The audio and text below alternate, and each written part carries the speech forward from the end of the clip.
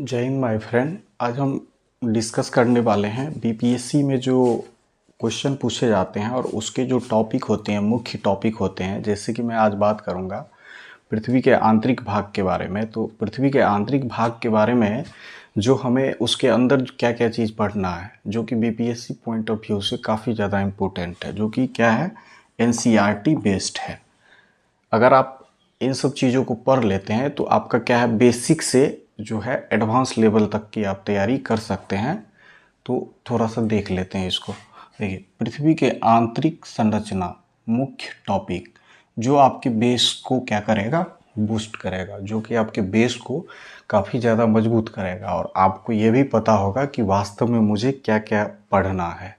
अगर टॉपिक पता चल जाएगा तो आप कहीं पर भी यूट्यूब पे या फिर कहीं पर भी सर्च करके आप जाकर वहाँ से पता कर पाइएगा कि मुझे ये टॉपिक पढ़ना है, और वहाँ से आप उसकी जानकारी ले सकते हैं। तो मैं उसके परिदृश्य में बता रहा हूँ क्या क्या पढ़ना है आपको। तो सबसे पहले हमें पढ़ना है पृथ्वी के आंतरिक संरचना के अध्ययन के कारण। मतलब हम पृथ्वी का जो आंतरिक संरचना पढ़ना चाहते हैं, तो हम क्यों पढ़ना चाहते हैं, उसका कारण पहले हमें इसके बारे में जानकारी लेना है। फिर हमें सेकेंड नंबर पे पृथ्वी के आंतरिक भाग के जानकारी के स्रोत। पृथ्वी के आंतरिक भाग जो होता है पृथ्वी का, तो वहाँ से जो हमें अंदर से जो जानकारी मिलती है, तो उसके क्या क्या स्रोत हैं, हम उसके बारे में अध्ययन करना हमें काफ़ी ज़्यादा महत्वपूर्ण है। तो उसमें हम पढ़ते हैं प्रत्यक्ष स्रोत।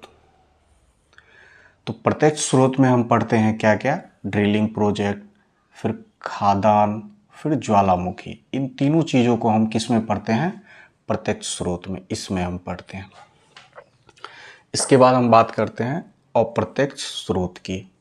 ये अप्रत्यक्ष स्रोत, तो अप्रत्यक्ष स्रोत में हम क्या क्या पढ़ते हैं, घनत्व के बारे में पढ़ते हैं, दबाव के बारे में पढ़ते हैं, फिर हम तापमान के बारे में पढ़ते हैं। ठीक है। इसके बाद हम पढ़ते हैं वैज्ञानिक स्रोत।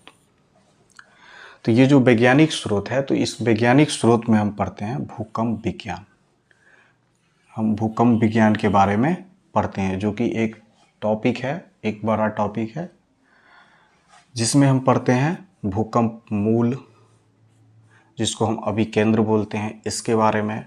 इसके बाद हम पढ़ते हैं भूकंप केंद्र, जिसको अधिकेंद्र बोलते हैं हम, उसके बारे में पढ़ेंगे।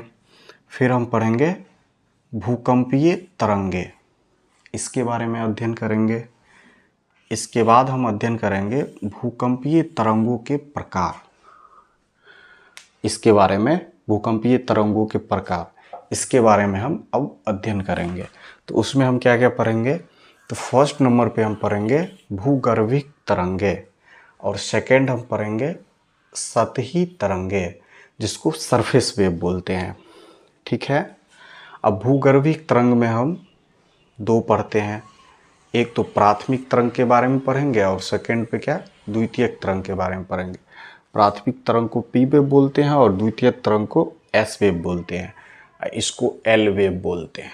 ठीक है। तो इन तीनों के बारे में पढ़ेंगे, और साथ में हम ये छोटा सा अनुदैर्ध्य तरंग और अनुप्रस्थ तरंग, इस दोनों के बारे में भी जानकारी लेंगे। क्योंकि देखिए, इसके बारे में अगर हमें जानकारी मिल जा रही है, तो इससे जुड़कर बहुत सारे ऑब्जेक्टिव क्वेश्चन पूछे जाते हैं, और यहाँ तक कि मेंस में भी इसको जोड़कर क्वेश्चन पूछे जाते हैं।